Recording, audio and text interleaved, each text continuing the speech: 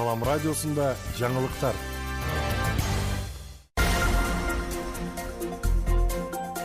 Саламатсызбы ардактуу угарман жана көрүүчү, эфирде жаңылыктар чыгарылышы, аны мен Жасмина Сайдыманова тааныштырам.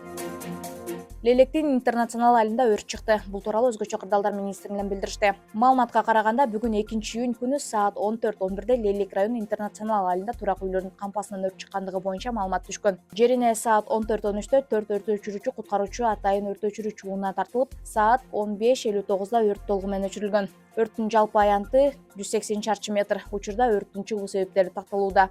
Жабыркагандар жок. Кадамчайда керамика плиталарды мыйзамсыз ташып кирген жаран кармалды. Бул тууралуу мамлекеттик бажы кызматынан билдиришти. Бажычылар Кадамчай районунун аймагында Кыргыз жаран башкаруусунда Hyundai Porter үлгүсүндөгү унааны текшеришкен.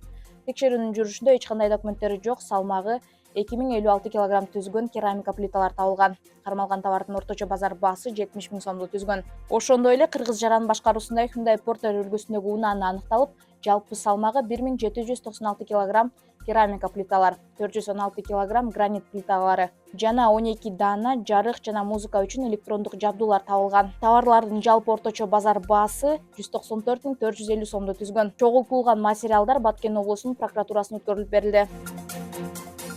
Өлкөдө 1-класска электрондук каттоонун 2-этабы башталды. Билим берүү жана илим министрлиги бүгүн 3-июнда өлкөдө мамлекеттик жана муниципалдык мектептердин 1-классына электрондук каттоонун 2-этабынын башталганын билдирди. Маалыматка таянсак, 2-этаптын 1-күнү 9628 бала катталды. Эске салсак, 8 апрелден 2-июнга чейин жүргүзүлгөн электрондук каттоонун 1-этабында 70 016 бала катталган. Кадамчайдын ОКМ куткаруучулары мелдешти. Баткендин Кадамчай районунун өзгөчө кырдаалдар бөлүмүнүн өрткө каршы куткаруу бөлүктөрүнүн арасында ынтымак, биримдик, бекемдөө жана дени сак жашоо образын жайылтуу максатында спорттук мелдеш уюштурулду. Бул тууралуу өзгөчө кырдаалдар министрлигинен билдиришти. Кичи футбол жана волейбол боюнча мелдеште жалпы 5 курама команда катышты. Волейбол жана футбол боюнча мелдеште 1-2 орундар белгиленип, мыкты оюнчу, мыкты чабуулчу, мыкты коргоочу оюнчулар аныкталды. Ошондой эле атайын сыйлыктар менен сыйланышты. Баткенде 6 айда 6 бала сууга чөгүп каза болгон. Жай мезгилинде апаттуу аба ырайына байланыштуу жаш балдар сууга түшүүдө. Этияттык менен мамиле кылууларын адистер атайын эскертүүлөрдү берүүдө. Милиция кызматкерлери сууга түшүү үчүн кооптуу жайлардан алыс болууга чакырышат. Бул боюнча кененирээк Сабира Бакирбек кыздын материалында. Жай келип күндүн ысышы менен адистер сууга чөгүүнүн алдын алуу максатында кооптуу болгон аймактарда ата-энелерге, жаш өспүрүмдөргө түшүндүрүү иштерин жүргүзүүдө. Сууга түшүүсүнө тыюу салынган жерлерде эскертүү актыларын берүү менен ата-энелерге андан сырткары ошол коопсуздук сактоодо жерлердеги жергиликтүү өзүн өзү башкаруу органдары менен өрт коопсуздук кыймылдары менен бирдикте баннерлер, көлмөлөргө баннерлер илинип, алдын алуу ишмердүүлүгү жыйындар, эл чогулган жерлерде жыйындар өткөрүлүп, элдерге ушул ар бир баланын коопсуздугу боюнча эскертүүлөр берилип келе жатат.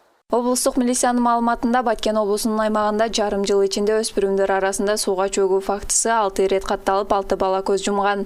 Акыл эсин жакшы тааный элек, ата-эненин жардамына муктаж балдардын чөгүп кеткендиги бул толук кандуу ата-эненин бүгүнкү күндө балага болгон кайдыгерлигинин эсебинен чыгып келатат деп жыйынтык айта алабыз. Үйүнүн ичинен ак өткөн арыктарга эле чөгүп каза болуп калып атат. Мындай дарыяларга, көлдөргө, көлмөлөргө эмес, үйүнүн ичинен аккан арыктарга, кудуктарга түшүп кетип эле каза болуп калып атат. Балдар арасында сууга чөгүү фактысын болтурбоодо ата-энелердин жоопкерчилиги өзгөчө мааниге ээ дейт адистер. Кыргызда бир жакшы сөз бар го.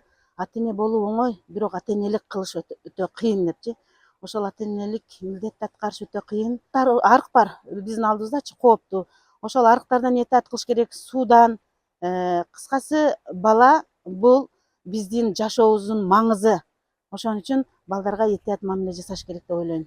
Белгилей кетсек, 2023 жылы Баткенде сууга чөгүү фактысы боюнча 6 айда 6 учур катталган. Сабира Бакирбек кызы, Салам Медиа, Баткен. Күндүн маанилүү чыгарыштары мына ушулар болду. Кийинки эфирден амандашканча саламыңыз түз болсун.